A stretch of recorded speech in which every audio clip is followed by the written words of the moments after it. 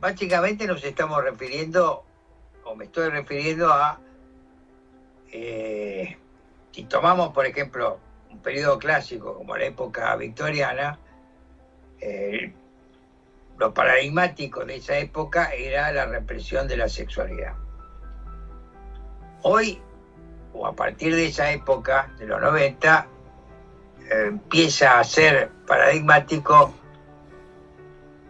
todo lo que tiene que ver con la negatividad, todos los síntomas de lo negativo. Esto no quiere decir que no haya represión de la sexualidad, pero adquiere otras formas donde ya lo que predomina básica y fundamentalmente es todo lo ligado a lo que Freud denomina la pulsión de muerte, con todo lo que esto implica, la violencia destructiva, autodestructiva, la sensación de vacío, la nada. Yo hablo de básica y fundamentalmente de síntomas, digamos, por conflicto, que serían aquellos síntomas en los cuales lo que aparece es una sensación de desamparo, y síntomas por desvalimiento, que son aquellos síntomas donde lo que aparece es una sensación de no salida, una sensación de algo que no se ha podido, no se ha terminado de estructurar. Es decir, mientras en los primeros estamos hablando de una pulsión de muerte que se desliga, y en el trabajo terapéutico implica poder ver de qué manera ligamos esa pulsión de muerte, en el desvalimiento originario lo que hay es una pulsión de muerte no que se desliga, sino una pulsión de muerte que nunca se ligó. Esto deviene básica y fundamentalmente en cuestiones no solamente teóricas, sino clínicas en cuanto al trabajo terapéutico. Esto para mí es fundamental, porque donde predomina todo esto ligado a la negatividad, el trabajo, por ejemplo, con el dispositivo de Iván Sillón, es iatrogénico. Es decir, toda situación de este orden, ese tipo de dispositivo no es útil para trabajar, por lo menos en esos momentos. De allí que ligado a esto empezamos a hablar de nuevos dispositivos psicoanalíticos, dispositivos que trascienden el dispositivo clásico de Iván Sillón.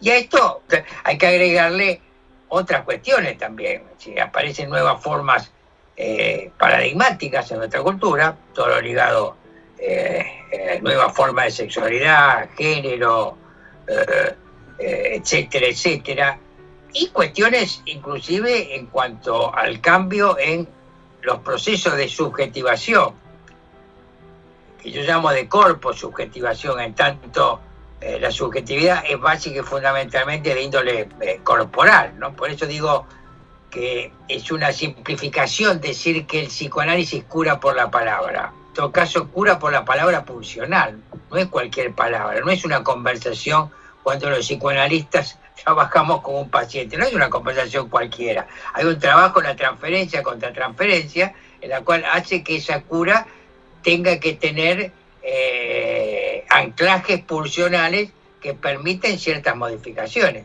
Por eso decir que cura por la palabra no es que nosotros hablamos, a veces hablamos, a veces no hablamos, y no siempre estamos hablando en relación a un tratamiento, sino podemos hablar de determinado tipo de cosas donde se van solidificando ciertas relaciones transferenciales contra transferenciales. Bueno, todo esto lleva a que, por ejemplo, hay un tiempo subjetivo que ha cambiado. Esto hace que hoy la mayoría de los tratamientos son una vez por semana. Ahora, un tratamiento de psicoanálisis una vez por semana implica pensar otra forma de trabajo.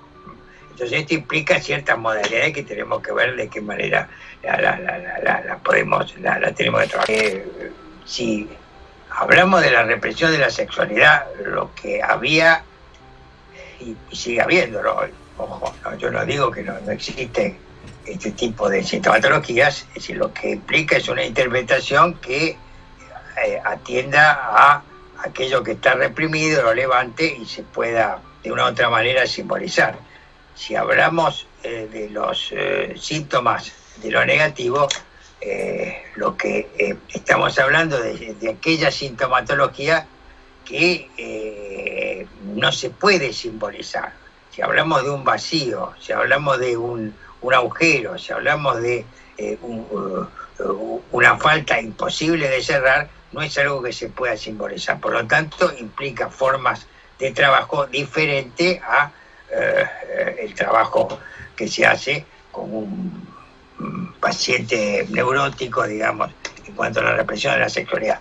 Ahora, esto obviamente lleva a que el psicoanálisis en muchas oportunidades y con este tipo de pacientes no pueda trabajar solo. El psicoanalista tiene que trabajar en un trabajo interdisciplinario con otros terapeutas, no solamente en relación a la medicación, ¿no?, sino también en relación a otro tipo de circunstancias. Por ejemplo, pacientes con determinadas patologías adictivas, ¿no? Es decir, requiere un trabajo donde aparezcan otras disciplinas de trabajo, digamos.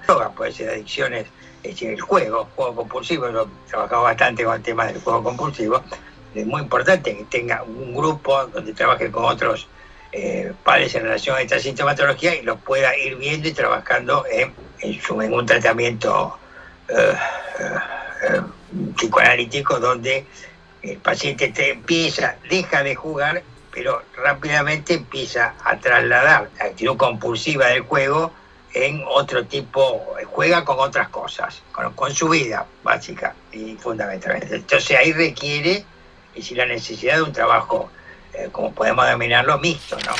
Aparecen hoy nuevos paradigmas, ¿no?, donde las sexualidades con mayúsculas, romper con lo binario en la sexualidad, toda la cuestión de género. Bueno, es todo un tema que implica grandes desafíos dentro del psicoanálisis. Después, bueno, está todo el tema de cómo pensar, por un artículo que le puse el título "El falo no es como antes", es decir, donde también todo lo fálico y castrado hay que empezar a pensarlo de otra manera, ¿no? Es decir, no se puede pensar a la mujer solamente como por algo que le falta, sino, en todo caso, siempre la teoría aparece que los dos están ligados a la falta, pero bueno, el falo está tomando como modelo, es decir, el pene, de hecho, digamos, de una otra manera, es decir, cómo pensamos el orden de la diferencia, donde tanto el hombre como la mujer, es decir, estén ligados al orden de la falta y aparezca lo que yo llamo una diferencia, ¿no? Una diferencia en relación a ese otro o a ese primer otro, es decir, y dentro de esa diferencia, una diferencia de la diferencia, ¿no? Es decir, como dentro de esa diferencia de la diferencia vamos a encontrar variaciones, donde ya no está solamente hombre y mujer, sino en el medio hay un montón de variaciones que implican posibilidades y cuestiones que hoy están puestas en juego y que están ligados, bueno, esto es inevitable, a una cultura que nos lleva a tratar de pensar de otra manera. Yo creo que los cambios se están motorizando, se van motorizando de a poco, ¿no? Es decir, esto que llamamos clínica a distancia, que es la clínica a través de Skype, Zoom, etcétera, etcétera, con lo que la pandemia ha llevado, que es al teletrabajo. Parece que acá hay un cambio fundamental. Una cosa es la clínica a distancia, que había gente que trabajaba en esto, que inclusive intentaba teorizar, y otra cosa es la pandemia que llevó al teletrabajo. Nos obligó a todos a estar detrás de las pantallas. No todo el mundo podés trabajarlo del otro lado de la pantalla. No todo el mundo, es decir, inclusive puede llegar a ser hasta iatrogénico trabajarlo del otro lado de la pantalla. Entonces, ¿cómo poder pensar todo este tipo de cuestiones? Si bien y esto además llegó para quedarse, porque cuando volvamos al consultorio mucha gente va a decir yo quiero estar ahí atrás. Bueno, pero tenemos que ver y repensar, porque acá implica pensar un psicoanálisis sin cuerpo, porque no hay cuerpo, ¿no? Entonces, todo esto requiere pensar formas de trabajo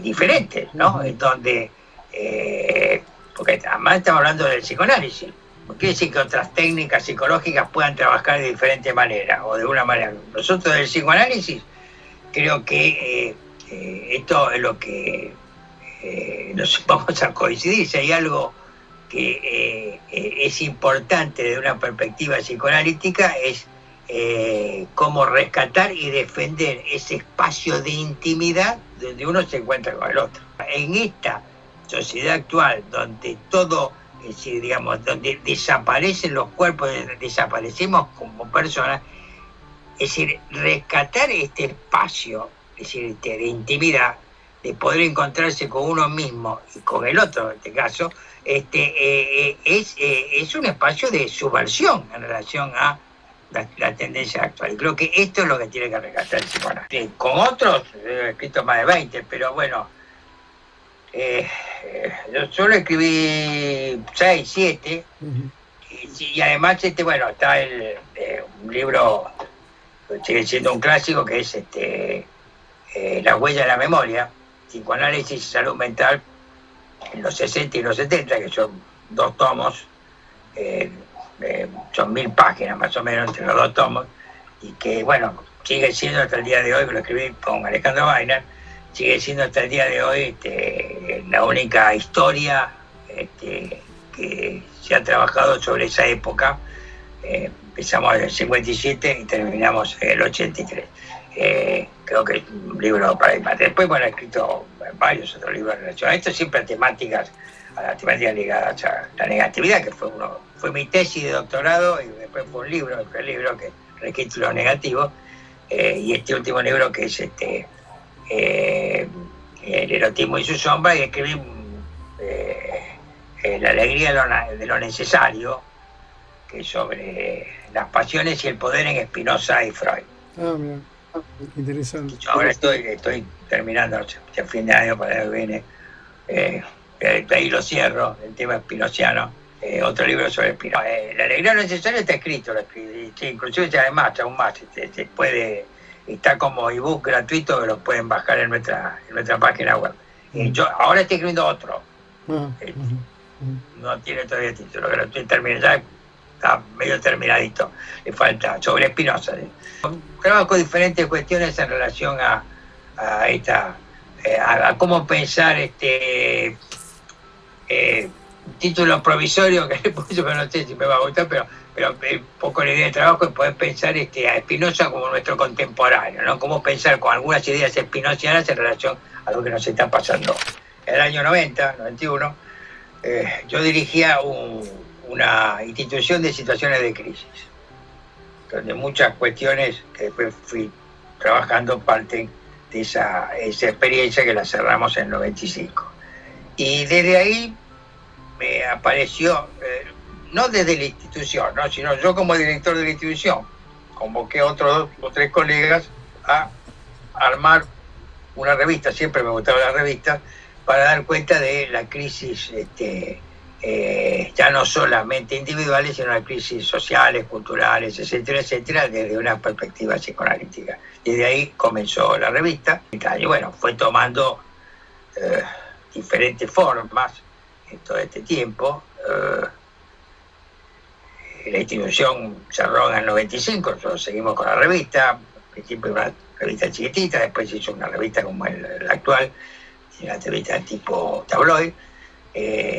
Bueno, tomó diferentes formas, después vino toda esta historia de internet. Hoy no solamente es una revista en papel, que la seguimos sacando en papel, sino es una revista que la sacamos también en internet, una parte de la revista, y bueno, le agregamos con el tiempo, ahora unos 15 años, una editorial.